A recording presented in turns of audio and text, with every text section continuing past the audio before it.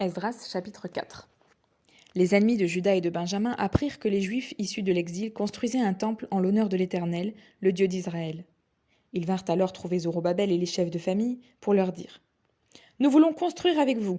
En effet, nous adorons votre Dieu comme vous, et c'est à lui que nous offrons des sacrifices depuis l'époque où Ésar-Hadon, roi d'Assyrie, nous a fait monter ici. » Mais Zorobabel, Josué et le reste des chefs de famille d'Israël leur répondirent : « Ce n'est pas ensemble que nous devons construire une maison pour notre Dieu.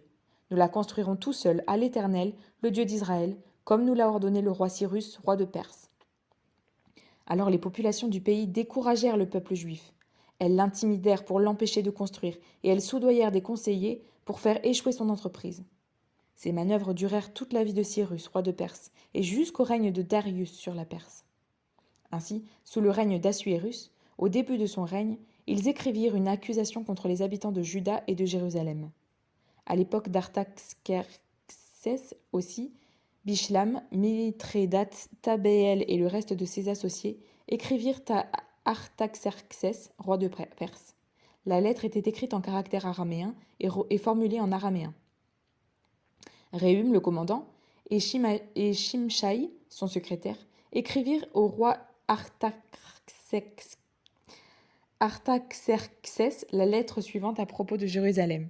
Réhum, le commandant, Shimshai, son secrétaire et le reste de leurs associés, originaires de Dain, d'Arpharsaatak, de Tarpel, d'Apharas, d'Érec, de Babylone, de Suse, de Déa et d'Élam, ainsi que les autres peuples que le grand et illustre Osnapar a exilés et installés dans la ville de Samarie et dans le reste de la région située à l'ouest de l'Euphrate, etc.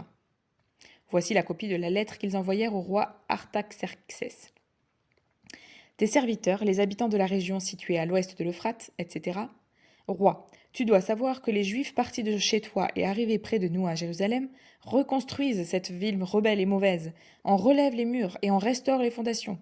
Roi, tu dois maintenant savoir que si cette ville est reconstruite et ses murs relevés, ils ne paieront ni taxes ni impôts, ni droits de passage, et cela portera préjudice au trésor royal. Or, c'est parce que nous sommes étroitement associés au palais et qu'il ne nous paraît pas convenable de voir mépriser le roi que nous envoyons ces informations. Qu'on fasse des recherches dans le livre des mémoires de tes prédécesseurs et tu y trouveras l'information suivante. Cette ville est une ville rebelle qui porte préjudice au roi et aux provinces et elle a depuis toujours abrité des révoltes. C'est la raison pour laquelle elle avait été détruite. Quant à nous, nous t'informons, roi, que la reconstruction de cette ville et le relèvement de ses murs te priveront de toute possession à l'ouest de l'Euphrate. Voici la réponse envoyée par le roi à Réhum, le commandant, à Shimshai, son secrétaire, et au reste de leurs associés installés à Samarie et dans le reste de la région située à l'ouest de l'Euphrate. Mes vœux de paix, etc. La lettre que vous m'avez envoyée a été lue distinctement devant moi.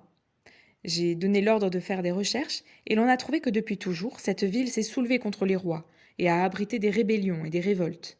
De plus, il y a eu à Jérusalem des rois puissants qui ont exercé leur domination sur toute la région située à l'ouest de l'Euphrate et auxquels on payait taxes, impôts et droits de passage. Ordonnez donc de faire cesser les travaux de ces hommes, afin que cette ville ne soit pas reconstruite, tant que je n'en aurai pas donné l'autorisation. Évitez toute négligence concernant cette affaire, afin que le préjudice porté au roi n'augmente pas. Dès que la copie de la lettre du roi Artaxerxès eut été lue devant eux, Réhum, Shimshai, son secrétaire et leurs associés s'empressèrent de se rendre à Jérusalem vers les Juifs, et ils firent cesser les travaux par la violence et la force. À ce moment-là donc, le travail effectué pour la maison de Dieu à Jérusalem s'arrêta, et ce, jusqu'à la 2e année du règne de Darius sur la Perse.